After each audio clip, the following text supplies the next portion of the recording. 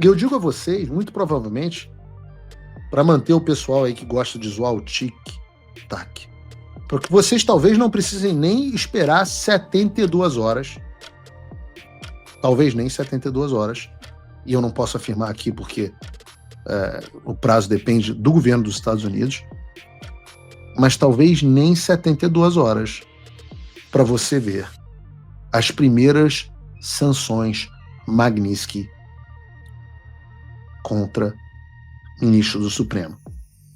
Olá pessoal, sejam bem-vindos. O meu nome é Bruno. Se você gosta e apoia o nosso conteúdo, então deixa o seu like e inscreva-se no canal.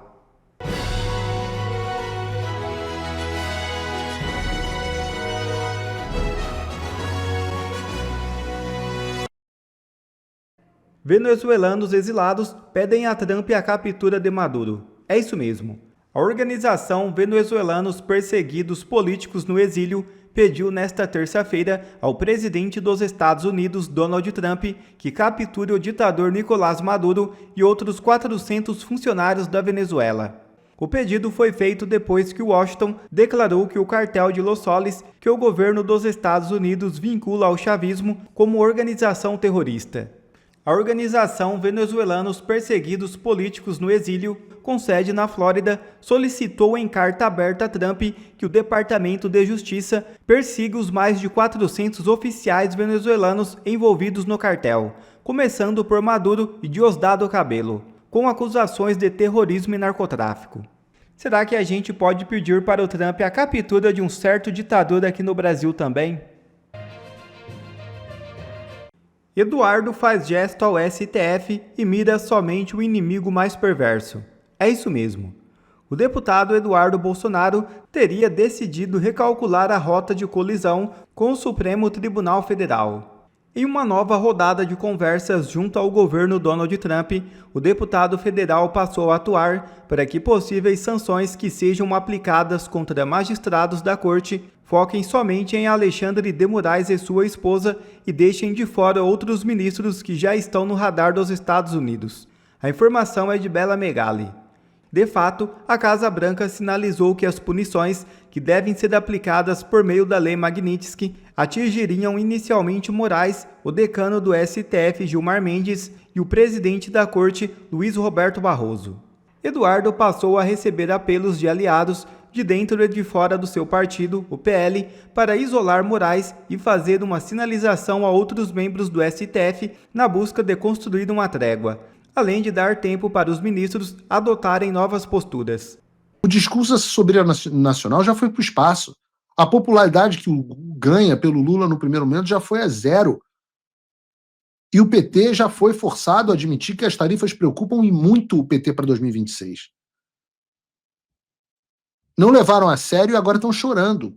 E o desfecho que aconteceu com a Colômbia e o Panamá também vai acontecer no Brasil. O Trump vai conseguir o que ele quer. Mas como os senadores e o governo Lula já viram, as tarifas não serão resolvidas falando em indústria e economia. Vão ser resolvidas tratando do problema que é a perseguição judicial contra Jair Bolsonaro, seus aliados e seus apoiadores.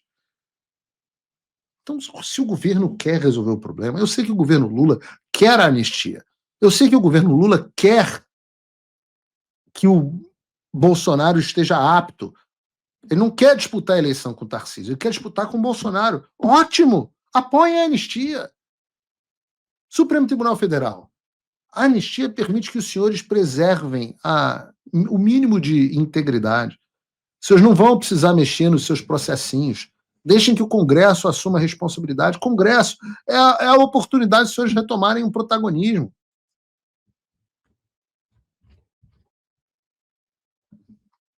E, acima de tudo, ministros, quem sabe os senhores não possam vir com as suas famílias na Disney, como o senador Flávio Dino estava aqui um tempo atrás, como o ministro Barroso estava aqui na semana retrasada. Vai poder vão continuar sendo professor de Harvard. Quem sabe? Quem sabe os senhores... Alexandre não há mais salvação para o Alexandre, eu já disse isso. O Alexandre não há salvação. Entendam uma vez por todas, daqui câmera 2. Entendam de uma vez por todas. Não há salvação para o Alexandre de Moraes. ministro do Supremo Tribunal Federal, há salvação para os senhores. Não que os senhores mereçam, mas na vida, a política é a arte do possível. Às vezes nós não vamos conseguir fazer a justiça plena que nós gostaríamos, que eram todos os senhores serem sancionados, toda a floresta ser queimada, todo o establishment político, financeiro sendo devastado. Mas nem tudo é sempre possível. Então, ainda há, por pouco tempo, tic-tac, tic-tac, pouco tempo para que os senhores façam a coisa certa. Está na hora de jogar o Alexandre de Moraes debaixo do ônibus e salvar a própria pele. Ainda há tempo.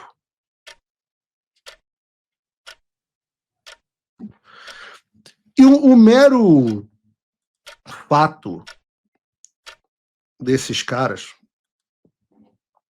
saberem que não dá para resolver o problema do jeito que eles pensavam, pelo menos do que eles pensavam que seria, tem feito muita gente poderosa, esses ministros a quem eu estava me referindo, eu sei que eles estão perdendo sono. Nós temos interlocutores. Eu estou falando dos ministros do Supremo Tribunal Federal e os seus parentes. Ora, eu nem preciso ter interlocutores, que a situação deles está tão difícil que até a Globo News está falando que eles estão com medo das consequências das sanções. Estou falando das sanções já anunciadas, já em curso, contra a maioria dos integrantes dos Supremos, do cancelamento dos vistos deles e dos seus familiares. Vejam, por exemplo, o que diz a porta-voz do regime, Eliane Cantanhede. Bota aí para mim, Bruno.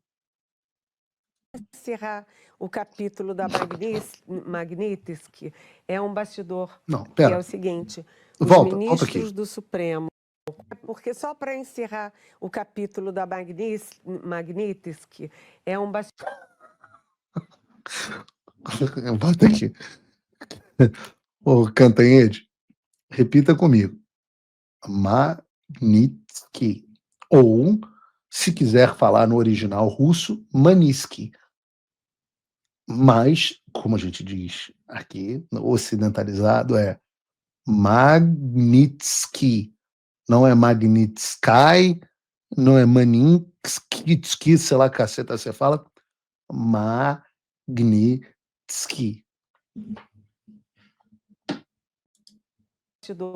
Que é o seguinte: os ministros do Supremo estão conversando com Itamaraty, sabe por quê? Tem um dado cruel nesse processo todo, é que... que chato, um dado cruel. Teu visto está suspenso. Sim. Então, os ministros do Supremo têm a história de que foram 8 que estão com visto supremo, estão com visto suspenso, 3 não, mas todos eles têm filho, neto, mulher, gente que tem estudo, tem interesses lá, e nenhum deles pode sair do Brasil. Sabe por quê? Porque eles conversam com o Itamaraty e o Itamaraty não tem resposta, porque o risco é a mulher de um ministro chegar nos Estados Unidos, mesmo com visto, embarca aqui, chega lá e o agente da imigração manda deportar a ministra do Supremo Tribunal Federal. E como... Que absurdo! Onde foi que vocês já ouviram isso antes? Quem foi o comentarista político genial que falou para os senhores que era assim que funcionava? Agora chegou na Globo News. E vejam que absurdo! A filha do ministro, o filho do ministro, a esposa do ministro, sendo mandada de volta para casa. Eu quero a musiquinha do violino do Ticani.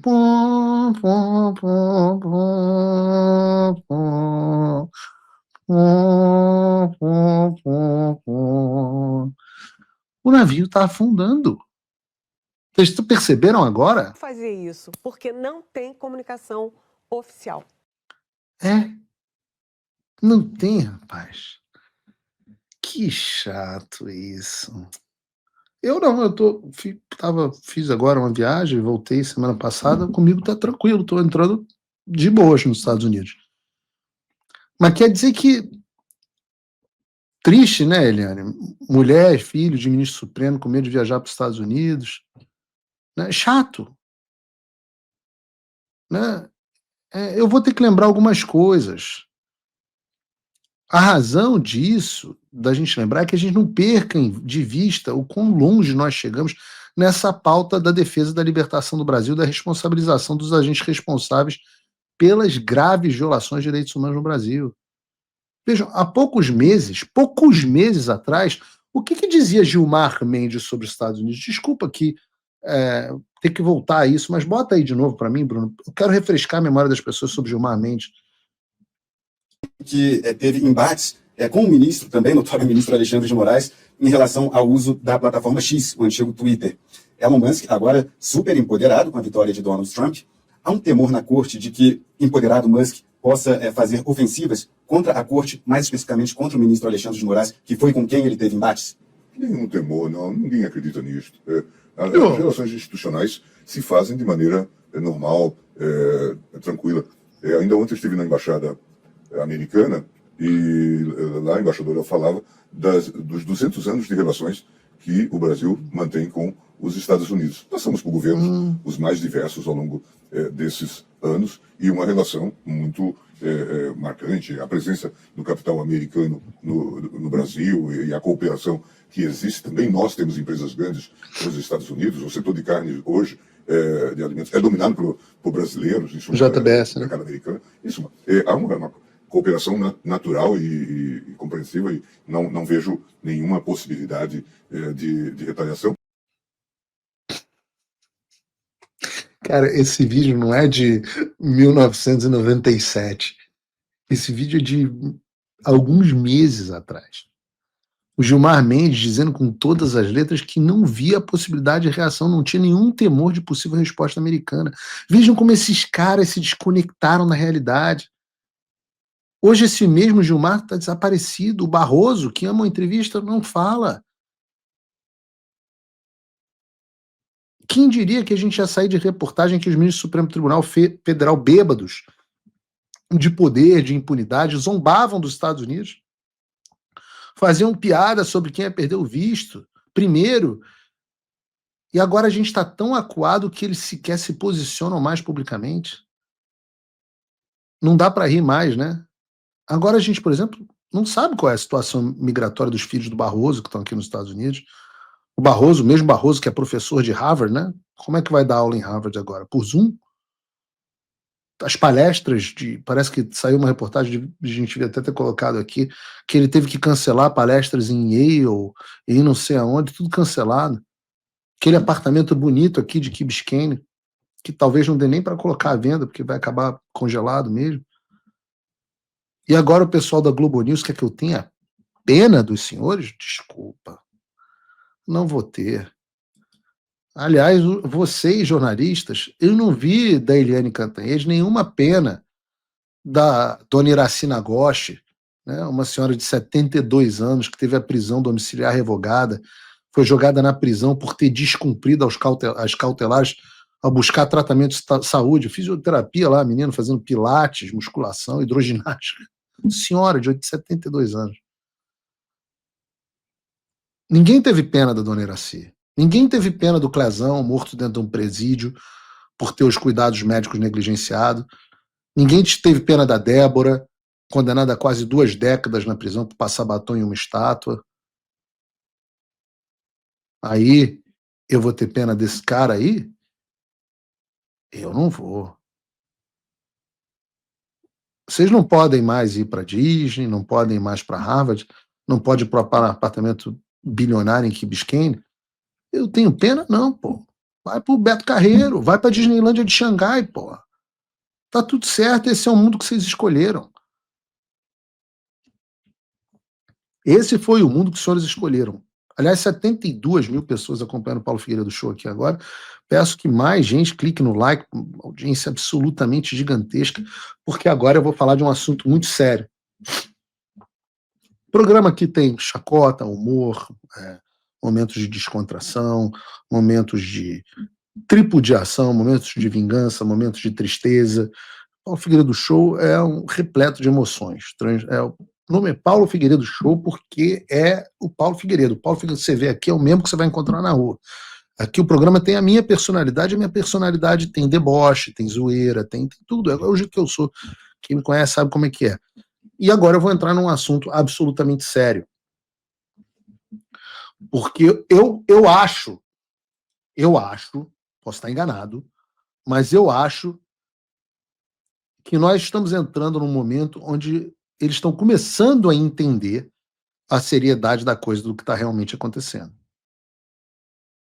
Porque visto é fichinha, tarifa é fichinha. Eu quero dizer a vocês que o Brasil pode efetivamente quebrar por conta dos ministros do STF. E eu vou explicar como. Porque em relação à Lei Magnitsky, por exemplo, eu duvido que os ministros do STF sequer soubessem o que ela significava quando o Alexandre dizia, não, estou tranquilo, não tenho conta nos Estados Unidos. Eu acho que ele realmente, não acho que fosse só bravata, eu acho que eles realmente não entendiam o que estava vindo na direção deles, o tsunami que eu avisei que vinha. E eu digo a vocês, muito provavelmente, para manter o pessoal aí que gosta de zoar o tic-tac, porque vocês talvez não precisem nem esperar 72 horas, talvez nem 72 horas, e eu não posso afirmar aqui porque o prazo depende do governo dos Estados Unidos, mas talvez nem 72 horas para você ver as primeiras sanções Magnitsky contra ministro do Supremo. Eu até advogo, e tem uma notícia na Bela Megali agora há pouco, que é verdadeira, que Eduardo e eu temos advogado para que, por enquanto, seja sancionado apenas Alexandre de Moraes. É o nosso pleito, vamos ver se vai ser atendido. Por enquanto, nesse primeiro momento. Essas são as informações que eu tenho. Tic-tac. Talvez não tenhamos que esperar nem 72 horas. Talvez. Às vezes eles não nos atendem. Um exemplo foram as tarifas, que não estavam no nosso plano original, mas hoje, hashtag viva as tarifas do Trump. Trump acertou, mas não era o plano original que a gente tinha. E agora o meu pedido, nosso pedido, o pedido do Eduardo e meu, é que comecem apenas pelo Alexandre. Depois passe para o Gonê, Barroso, Gilmar, e aí Hugo Mota, Davi Alcolumbre, familiares, etc., à medida que for sendo analisado, que eles continuarem dando sustentação às violações de direitos humanos ocorridas por parte do Alexandre, e se neguem a cumprir o dever deles constitucionais, né? Enquanto eles se posicionarem como apoiadores e cúmplices do Alexandre, devem sofrer sanções. Mas há uma última chance de arrependimento. Mas por que a Lei Magnitsky é tão séria? Por que eu disse que ela pode quebrar o Brasil? Ela não é chamada de pena de morte financeira à toa. Porque uma vez sancionado sob a Lei Magnitsky, a pessoa fica completamente impedida de fazer negócio com qualquer instituição que esteja ligada, ou pessoa que esteja ligada de alguma forma aos Estados Unidos. Então, quem for sancionado vai perder conta e ter os ativos dele congelados no Bradesco, no Santander, no Itaú, no BTG Pactual, no Nubank, no Banco Inter, vai perder cartão Mastercard, vai perder cartão Visa, vai perder cartão chinês UnionPay, não vai mais poder comprar dólar pela Nômade, vai virar efetivamente um pária no sistema financeiro internacional. Um pária e tóxico, porque qualquer pessoa que se conectar a essa pessoa passará a estar sujeita também a sanções secundárias. Então nós temos esse cenário de que, em breve, os Estados Unidos aplicam a Lei Magnitsky, por exemplo, ao Alexandre de Moraes. Tá? O que aconteceria a partir daí? Primeiro, ao ser acionada a Lei Global Magnitsky, que é o nome dela, o nome do Alexandre de Moraes ele é incluído formalmente na SDN List, SDN, Specially Designated Nationals, ou então Blocked Persons List, a lista das pessoas bloqueadas, tá? Que é uma listinha negra administrada pelo Departamento do Tesouro dos Estados Unidos. E isso bloqueia o Alexandre completamente no sistema financeiro americano e proíbe qualquer cidadão, residente, banco ou empresa americana de fazer negócio com ele. E assim que o nome dele entra, que foi o que eu acabei de falar, e assim que o nome dele entra na lista, todos os bancos e empresas ao redor do mundo que operam com dólar ou que têm qualquer ligação com o sistema financeiro americano, iniciam o processo automático de bloqueio. O que eles fazem? Encerram as contas, travam os cartões, congelam todos os ativos, rompem qualquer vínculo comercial com o sancionado.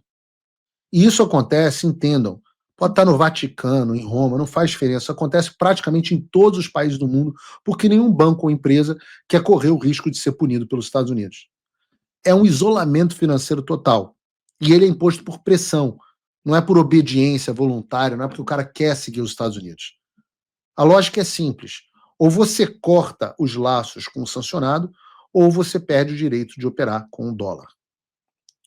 Lembrem-se, por exemplo, do caso que eu trouxe aqui da Carrie Lam. Eu já trouxe ela aqui em outras 2 oportunidades. Ela foi sancionada pelos Estados Unidos sob a lei Magnitsky por reprimir liberdades civis e, como consequência, nenhum banco, nem mesmo em Hong Kong ou na China continental, quis mais abrir conta para ela, manter conta para ela. A Carrie Lam passou a receber o salário dela em dinheiro vivo. Sim, literalmente pilha de cédula entregue mensalmente, porque nem o sistema financeiro chinês quis enfrentar o poder das sanções americanas. Mas nós sabemos e contamos com a possibilidade de que o pseudo-juiz Alexandre de Moraes seja mais insano do que o Xi Jinping, ainda que bem menos poderoso.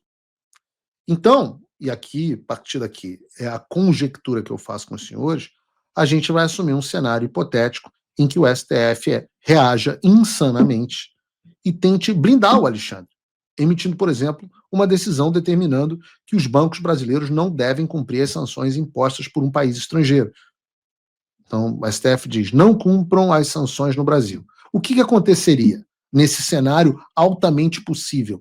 E eu vou dizer para vocês que eu ouvi um zum, que isso estava sendo considerado pelos ministros. Bom, primeiro, a ordem só ia ter peso interno, mas absolutamente nenhum efeito no Brasil. E a consequência, creio eu, seria uma crise econômica de proporções históricas. Deixa eu explicar por quê. Porque nesse cenário, que é plausível, os bancos brasileiros eles vão estar diante de um dilema. Ou obedecem o STF e violam a lei americana do OFAC, ou cumprem as sanções internacionais e enfrentam retaliação do judiciário brasileiro, inclusive prisão dos presidentes do banco. Se eles optarem por cumprir as sanções, como todos os outros bancos e as empresas do mundo fazem, os ministros ficam em uma situação muito delicada financeiramente e é impossível fugir disso. Já falei, não tem cartão de banco, não tem nada, não tem conta, não tem saída. Em contrapartida, de novo, os executivos correm risco de sofrer prisão. Diante disso, supondo que os bancos que operam no Brasil optem por obedecer o STF e mantenham as contas, os cartões e os serviços bancários abertos para o Alexandre, o Departamento do Tesouro dos Estados Unidos começa a monitorar e documentar esse descumprimento. E tenho a certeza absoluta que eu vou acompanhar de perto caso isso ocorra. Então, o Departamento do Tesouro, por meio do OFAC, que é o Office of Foreign Assets Control, emite alertas formais às instituições financeiras envolvidas. Elas são avisadas que, caso continuem facilitando qualquer transação ou mantenham as contas para alguém que está no STN List, elas vão sofrer, sanções. Se os bancos, então, ignoram os alertas, o próximo passo é a aplicação dessas penalidades. E não estamos falando aqui de advertência. Não é uma ai. A gente está falando de multa bilionária e a expulsão do sistema financeiro internacional. E você tem precedente para isso, o Paulo não está inventando. O BNP Paribas, que é o maior banco da França, foi multado em 8,9 bilhões, está aqui a notícia do Departamento do Tesouro, por desrespeitar sanções americanas contra o Irã e o Sudão. 8,9 bilhões. Isso são mais de 50 bilhões de reais. Isso quebra qualquer banco do Brasil. O Standard Chartered do Reino Unido foi multado tranquilo. Foi só 1,1 bilhão. O Commerzbank da Alemanha pagou 1,45 bilhão de dólares. Nenhum desses bancos operava diretamente nos Estados Unidos. Nenhum. Porque o que importa aqui é a conexão com o sistema financeiro internacional. E eu me pergunto, o Itaú vai pagar 50 bi de reais em multa, como aconteceu com o BNP Paribas? Ora, vendo ações no Itaú.